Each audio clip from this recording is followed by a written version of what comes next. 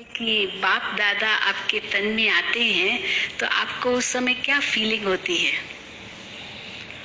शुरू से ही जब बाबा का आना शुरू हुआ तो बाबा साकार बाबा के संस्कार होने के बाद हम तो वैसे ही भोग लगाने बैठे, क्योंकि हमारे ब्राह्मण परिवार का ये नियम है कि जो भी शरीर छोड़ता है उनको 13 दिन उसका भोग लगता है। पहले दिन जरूर लगता है, जब शरीर का संस्कार हो जाता है तो सभी तैयार होकर पहले भोग लगाते हैं। रोज भी क्लास में कुछ न कुछ 13 दिन उसके प्रति भोग रखते हैं, थोड़ा सा ही, जो उस आत्मा को स्वीकार कराते हैं।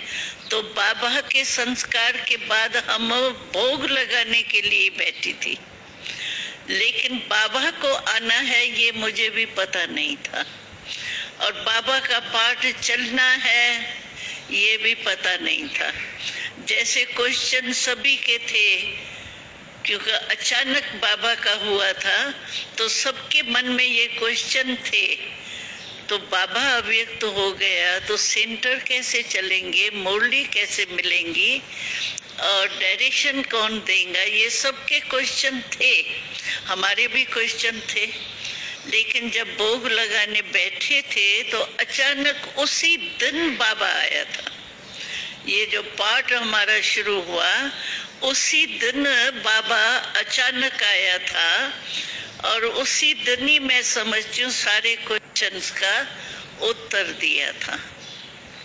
तो सभी के मन में जो दुविधाएं थी ना, क्या होगा कैसे होगा, तो वो बाबा ने सभी उत्तर देने थे, क्योंकि बच्चों के क्वेश्चन चलेंगे तो थे तो ऐसे ही ना, क्या क्यों, इसीलिए बाबा ने फौरन ही स्टॉप करने के लिए आए थे।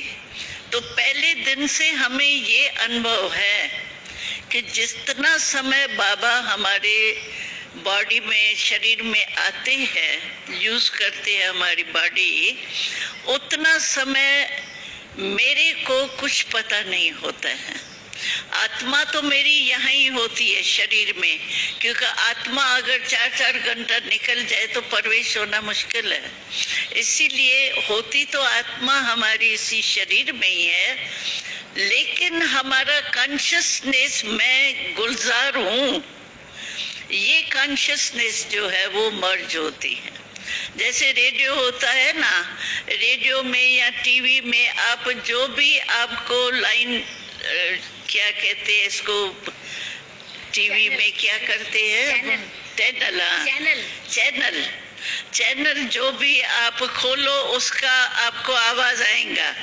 बाकी चल तो सभी चैनल रहे हैं ना उस समय, ऐसे नहीं है बंद होते हैं, लेकिन स्विच हमारा बंद होता है, इसीलिए चैनल चलते हुए जिसका हम स्विच खोलते हैं वही हमको सुनाई देता है, देखने में आता है। इसी रीति से हमारे को बाबा जो सभा में होता है, मिलते हैं, आते हैं, जो भी होता है, इसका कॉन्शियसनेस हमारा बंद होता है।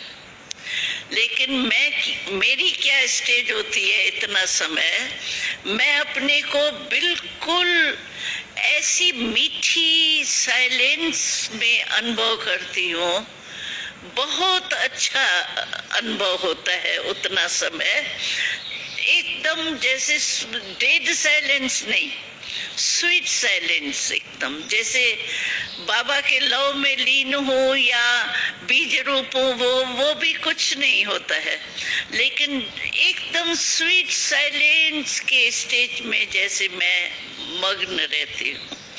इसीलिए मुझे लौट के आने में थकावट नहीं लगती, क्योंकि मैं तो बहुत अच्छी स्टेज से लौटती हूँ।